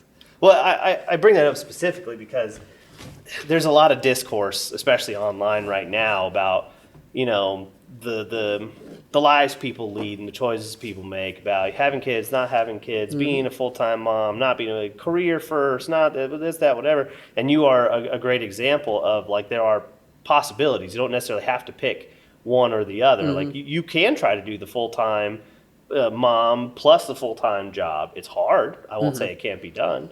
But, like, you were able to do the 20-year career and able to do the 20-year next career of being a mom. And it's still a possibility. It has its own challenges because having children later in life is harder on your body. And, there are other unique things presented with that. But it's something that's possible. And I think it's awesome. I commend you for having that tenacity and strength and to be able to do all that. And then once you completed that, now it's here into the next mission, like you say, to support veterans and such. So I think that's incredible. And if you wouldn't mind, maybe just kind of explaining a little more, like, what the American Legion is and, like, what the mission of is. So the American Legion we have 4 pillars. We have Americanism, which, like when we go out and do the honor guards and things like that, we have national security. And part of our national security is we have a blood drive here every month at the post. And we also are, if there's a emergency, the Red Cross comes in, I forget what that's called. But so our post is open for that. Veterans and Veterans Affairs, which is, we do a ton of stuff. If there's a veteran in the area that needs assistance, in particular, we're about to next month start collecting items for the VA hospital down in Augusta, and we also visit the Fisher House down there. Are you familiar with the Fisher House? Not specifically. I've been to Augusta, and I have a little bit of familiarity with that, but not specifically. So the Fisher House is kind of the military version of the Ronald McDonald House. Okay, gotcha. It's there for the veterans and their families when they're in treatments and everything. But so every couple of years we collect comfort items and stuff. They give us a list. But in particular, there's a assisted living facility here in town. They have what they call veteran-to-veteran breakfast once a month, and they host it, and we go over there, and we just sit with the veterans, have breakfast. And a couple of years ago when I joined the post, my commander said, hey, why don't you organize an auxiliary for the ladies? And I said, okay, what is it? Well, I don't know. We don't have one. We need to have one. And I said, well, I need to find out what it is. So I started, asking around, what is auxiliary? And he kept saying the next week, well, are you going to do it? And I'm like, I need to find out what it was. I needed to find out whether it was going to be a, 2 hours a week or 30-hour a week job, commitment.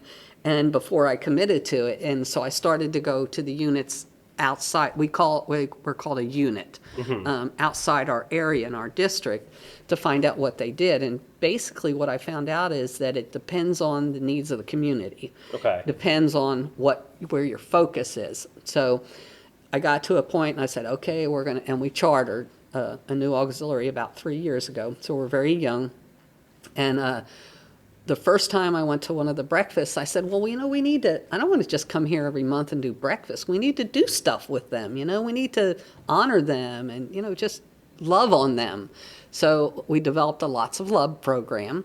And basically we branch of service birthdays, their personal birthdays, holidays. We do things and just love on them, let them know we appreciate. Because, some of them are the older ones, and they're not lasting. Some of them aren't lasting very long. We're all aging, and so it's just a neat little program. So, but we do other stuff too.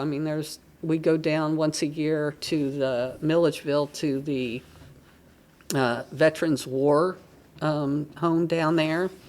We do something called the Christmas gift shop, where the veterans can come in and actually pick what they want. We get, and this is like this area of our state goes in, and we all collect items, and then the veterans get to come in.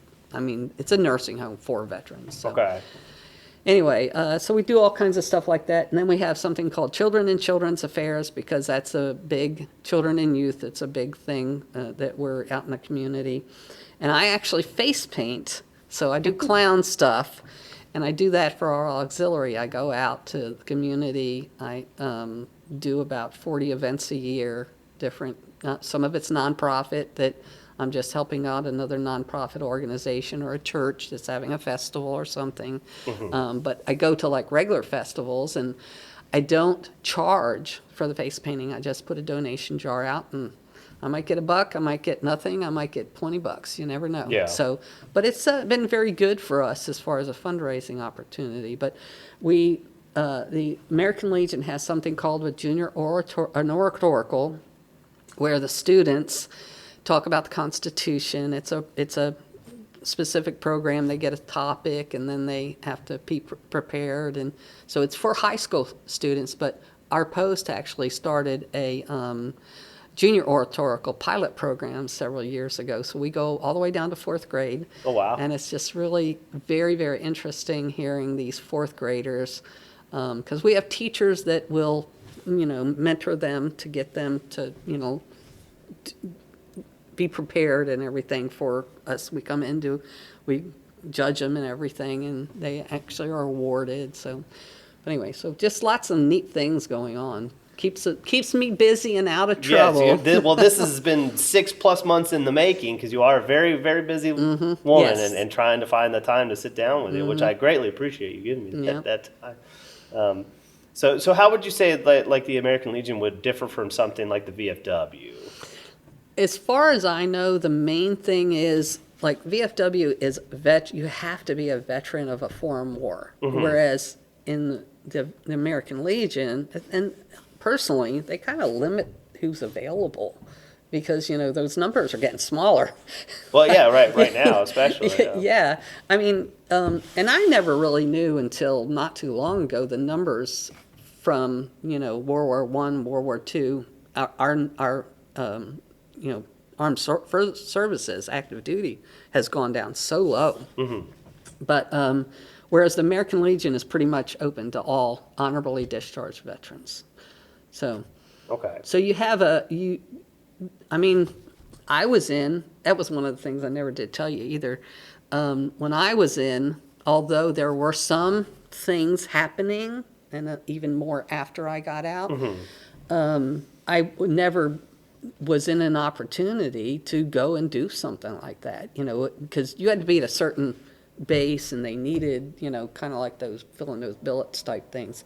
But in 20 years, the only any type of excitement that I got was I happened to be on duty as the group duty officer in the early 90s when the first Gulf War broke out. Okay. I was on duty that day. And if an immediate classified message came into the message center, you had to literally go down to the message center and pick it up. And it was busy that day. I can imagine. It was scary, really crazy scary. But so that's the only. So for me, I'm not eligible for VFW, but I'm eligible for, Yeah. And so the American Legion, here's the American Legion, and under the American Legion is something called the Sons of the American Legion. So, for example, if you have a son, you're a veteran, your son can join the Sons of the American Legion. And these are open from birth. I mean, I know people that they were joined the day they were born. They were joined because their family was already incorporated into the mission and doing things and stuff like that. So there's American Legion, which is only veterans. Then the Sons of the American Legions is underneath them. The auxiliary is the females, the spouses, mothers, wives. Within the last about 5 years, they did open it up to the male spouses of a veteran. Okay. So our commander is our token male in our auxiliary. But anyway, so it's not just females, even though the bulk of them are females. And then the auxiliary is separate, okay? And then there's the riders, which fall under the American Legion, which is motorcycle riders. So if you're a member of the auxiliary, the post, or the Sons, you can actually be a rider also. The primary mission of the auxiliary is to support the post. So the post, anytime the post is doing something, the auxiliary's there. And in the same respect, when the auxiliary is doing something, the post is there. So we literally are a family. That's what we call ourselves, a family, because we're all meshed together. We all help each other. We do have our own programs and things like that. So, And is it nationwide, the American Legion, or? As far as I know, it's international. International. Okay. The friend that actually got me to come to the post, his son is now in, his son and his family is over in, and he's a retired military too, but they decided to go to, gone. Anyway, there is an American Legion post over there, but it's kind of different. It's a little different. So, but yeah, as far as I know, they're all over. And do you do any kind of like coordinating with USO? Do anything events with them or anything? Or Several of our missions, especially with the auxiliary, have to do with military families, but we don't have a base around here. Okay. Probably the closest USO is in the airport in Atlanta, which, oh my gosh, if you're in the military and if you don't take advantage of going to the USO, Oh, I hung out in there for sure. oh my gosh, it is the best. I just went through the Denver one last month, I guess. Yeah, take advantage of it. Of course, when I was overseas, there were USOs, and that was a big thing. There was USOs on the base, and oh my gosh, they were just fantastic. Great place to go and, relax, and they always had food and just, wonderful. Yeah. But we do not see a lot of active military in our area just because there's nothing around here. So Yeah. Well, it was a curiosity that I had. So, like, if there was American Legion post outside, like, say, Fort Stewart, and if there was USO events, if they would ask for, local veterans groups to assist with anything like that, Well, at least for the auxiliary, that is part of our mission requirements, is that we, there's military child stuff, there's, a lot of our different tiers of our missions include that. So if we have reports that we do, and all that stuff is on those reports. So we're just not around a base close enough to. So I can only imagine. And like the Milledgeville's about hour and a half from here, I think, where the Georgia War Veterans Home is. So it's like a nursing home for veterans. The post and the auxiliaries that are close to there, they're always doing stuff. So like kind of what we do with the little nursing home here, they do it at the Georgia War Veterans Home. Okay. So like one of probably their primary mission is to support that facility, because they have, they have bingo and they have this and they have that. They have a calendar, because I get the calendars because we do that thing once a year down there, but it's just too far away for us to go on a regular basis to do stuff. But yeah, they're there always doing stuff. Yeah. So. I'm trying to remember the closest, because there is a small post. Is it in Augusta or? Because I did training there one time, and I'm totally blanking on it now, because we did our rifle qualification and such there. But man, but it's nothing like a Fort Stewart or anything like that. Or what's the other big Georgia one that we have? I'm blanking on that too. I've been out for a while, so I haven't kept up as much. Just think about me. Yeah, yeah. And all the bases had different names from when you were in, and even from when I was in, they've all changed. And I don't know if you've heard. I just found out because next month we go to Fort Gordon. So last year, Fort Gordon, thank you. We went to Fort Gordon. They changed it to Fort Eisenhower. Now I don't know if you know, but the reason they did it is it was named after a Civil War person. Changed it to Eisenhower. They just changed it back to Gordon. I had heard they were talking about changing them back, but I hadn't. But it's a different Gordon. It's not the Civil War one. Not the same Gordon. And I've heard that there's at least one ship, maybe two, that they have changed the names, and they've changed them back. Yeah. And there's supposedly another base. I literally just found that out yesterday, that all this craziness is kind of going on. So Yeah. it's kind of crazy to me that they even thought about it in the first place. But It was wild times. I mean, I can understand some justifications for certain things because, the Civil War was crazy stuff happened, and, racism's obviously bad, slavery is obviously bad. But the idea that we should try to dismantle and forget everything, I don't agree with that part, So it's, it has its certain,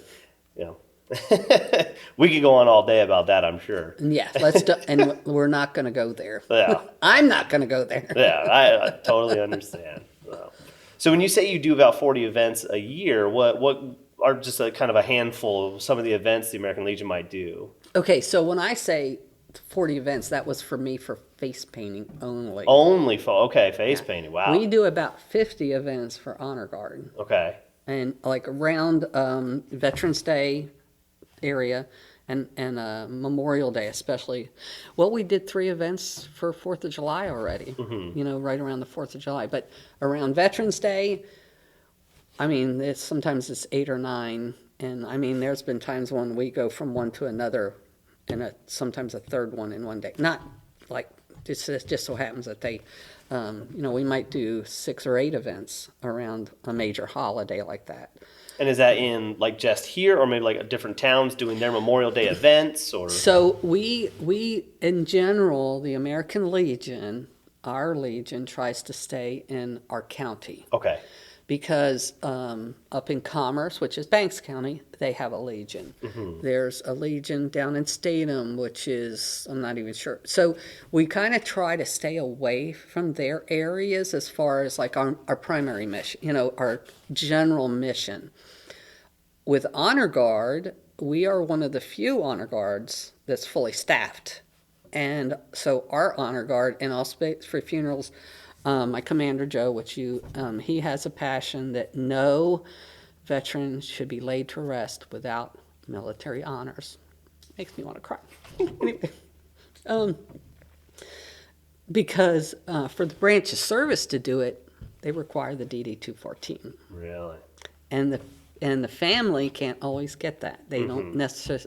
They probably could if they knew the avenues, but most of them don't. Well, especially for some older veterans too. I mean, record keeping is. You talk World War II veterans, Vietnam veterans. Record keeping might not have been that great. Or Yes. trying to find who to get in touch with to get that from what archive it's buried in on some post, who knows where. Yes, yeah. A lot of things are electronic, though. You can pretty much get things pretty easily now. Nowadays, much easier. Yes, Yeah. yeah. And when I was in, they were working on updating the systems and trying to get older records into them. Because like my stuff was supposed to be readily available. Yes, because I was in when the technology was available. But Yeah. So we have done funerals outside of our area, mostly, again, because there's not been anybody available. We've traveled to Athens, which is, yeah. So we've gone outside, but we try to stay, because otherwise, and because we're becoming more well-known that we have a full staff, because, we can usually at least have 3, sometimes 4 flags, 2 weapons bearers, and then for funerals and stuff, we do the full volleys and stuff like that. Wow. So, 21 gun salute, all that. Okay. yeah. At the local library, we went and they had a little patriotic thing. And when we were out in the community, we try to do flag folding, where it's educational, teach the kids. We actually fold the flag, talk to them about what the 13 folds are, exactly what they represent and everything. So That's very cool. yeah. But the other 40 things that you were talking about was Oh yeah, some of the other events that you guys are Yes, a part yeah. of.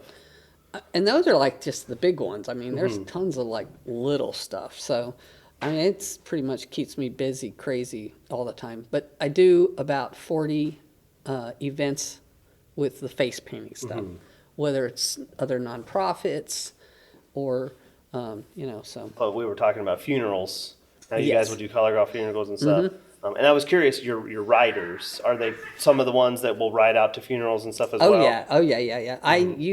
Because they give reports, the thousands of miles that they put in, going to do different things, and they have fundraisers throughout the year. Like they were because we just had our executive board meeting last night, and they're already planning for their Christmas. Like they'll have a ride, and you have to bring a toy type thing. So they do stuff like that all the time too. So in addition to, and at least the group around here, it's not just our riders. It's the riders from Commerce and Statham, and so it's constantly they're together depending on what the thing is. It's not just our small group. It's so. Yeah. For example, I did a 4th of July parade. I told you I have the 1912 Model T, and there was 4 antique vehicles, and all veterans and part of the American Legion family. So it wasn't all veterans. There was the Sons of the American Legion, and the riders were there at the parade too. So.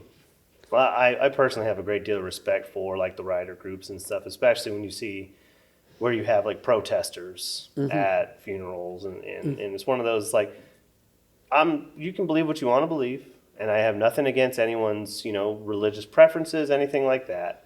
But to come out to Yeah. a funeral of someone you don't know and Yeah. to be just vile, and spreading hate and it's disgusting. It's So especially with a veteran.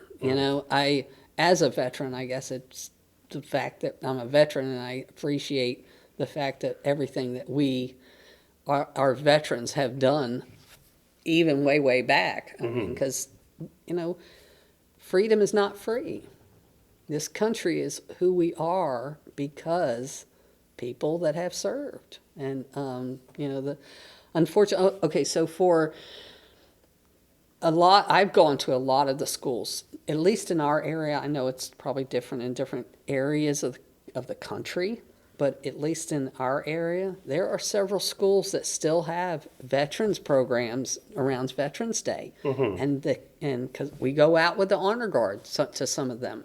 Some of them use the JRTCs at the high schools and stuff like that. But, to teach the kids, the young children, the respect that they need to have for our country and the people that have served. yeah. So. Well, I got spat on once in an airport, and it's Really? like, yeah, and it's another one of those. Like, okay, you can believe all the things that may or may, a lot of Vietnam era baby Yes. killers, all that kind of stuff. And it's not that didn't happen, and it's terrible that it happened, but the stereotype Right. and to assume all military members are a part of that or condone that. I was like, I don't believe any of that kind of stuff.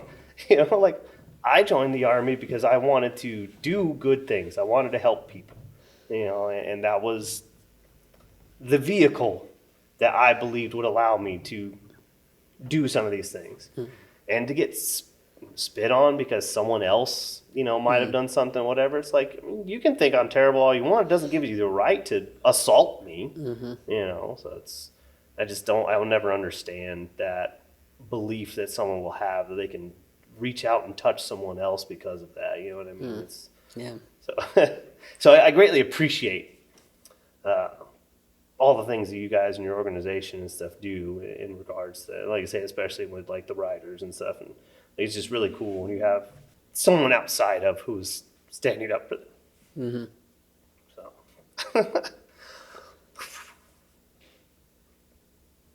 need a breath. But it's something that affects me too. I've had friends who have taken their own lives. Oh, yeah. Well, and I don't know if you're familiar with, but right now, because, the veteran suicide is horrible, the statistics, I don't know all of them, but several years ago, the American Legion Institute, it's called the Be the One program. You be the one that, and part of it is that, okay, we're sitting here talking.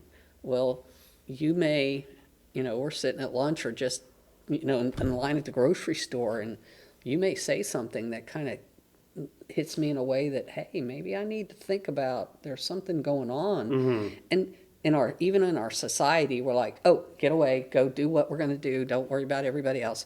But especially with the veterans, it's called Be the One. And it's a program, and it's a national program that there's a huge emphasis on it.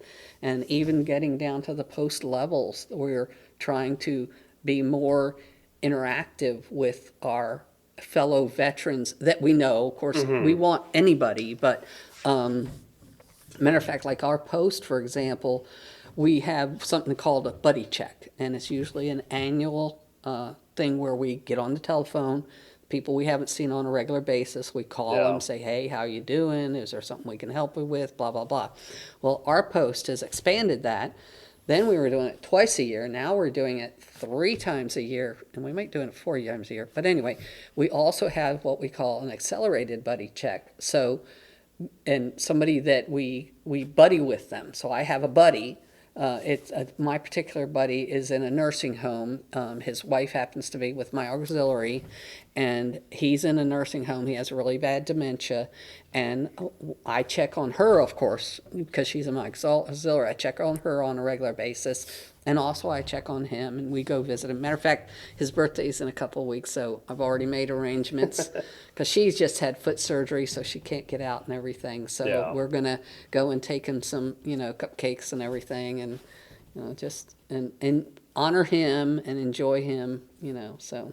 And do you guys do any kind of training on like how to recognize signs of like someone might be in distress or? So this is a very new program. Okay. I mean, I think it's been developing for a couple of years, but it's really, they're emphasizing it a lot more at like our state level, and it's creeping down to the post. So like our posts, Be the One program was really just within, I'm guessing about the last 6 months, where we really kind of started focusing on it, about doing something at our level, and getting the word out. That's the biggest thing too, is not just that our posts, but it's the individuals, because we do have an individual in the post that's doesn't come regularly, but they're a member of the post, and they have fought with some depression, very serious depression for a while, and the family's involved and their church is involved and everything,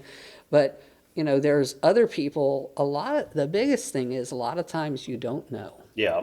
It's you just have to be attentive. And again, in our society these days, we are not, you go in your house, the garage door shuts, you don't see your neighbor. It's the same thing with the veterans. Nobody's, they're there, they're doing their own thing, homeless possibly, so. Yeah. It's a big deal. I appreciate that you guys are doing that program. And there is some training in the process. I think there's some online training you can do, but it's kind of developing and expanding right now. It's not, Gotcha. still working. I had another question too about the event you said, or the with the youth, some of the stuff that you did with them when you bring them and do your testing and all that kind of stuff. Is that as an educational tool to help them learn, or what's the greater purpose of that? Okay, so the oratorical program, the I think you're oratorical talking about. So what that is it's a program that we go out to the schools and we tell the schools about what the program's available, and we solicit children to come in and actually want to be able to present that. And so the child, because they literally, this 9th to 12th grader, and they have to stand up for 10 minutes with no notes. Just like off the cut. They get prepared for it, but there's no cards, no nothing. The younger kids, yes, we let them have something. But so it's more of just education, and that the Constitution is important, and that we want you to, because they have to research, and they have to develop a speech for whatever it is, that they whatever the main topic is, Yeah. But the American Legion also has something called Boys and Girls State, and that's within each state, and the children go to here in the state of Georgia, they go to Valdosta right now, at least. It could change when the contracts change. They go to Valdosta for 1 week. The boys and girls are totally separate. The Legion is the boys and the auxiliary is the girls. And they go and they learn about our government, like from A to Z. They learn how to write bills. They're actually put together. I want to say Girls State this year was 100+ girls, but they actually become cities, and within the cities they have to elect their governors and and so it's like they actually are becoming part of the government. And the stories that we get back from the girls is about how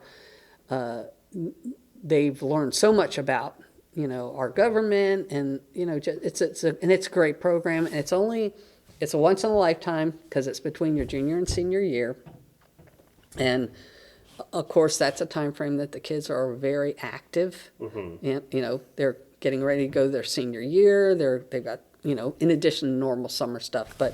And then two. Well, a lot of 16-year-olds, 16, 17-year-olds is a lot. When people start forming a lot of political opinions and start paying attention to that kind of thing.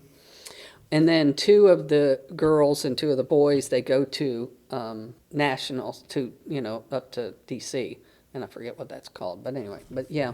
So you guys do kind of like model UNs in a similar kind of vein of how they would do that, of not in separate nations, but like within a city of the, you get the kids together and do kind of mock of how the government runs and things like that. Okay.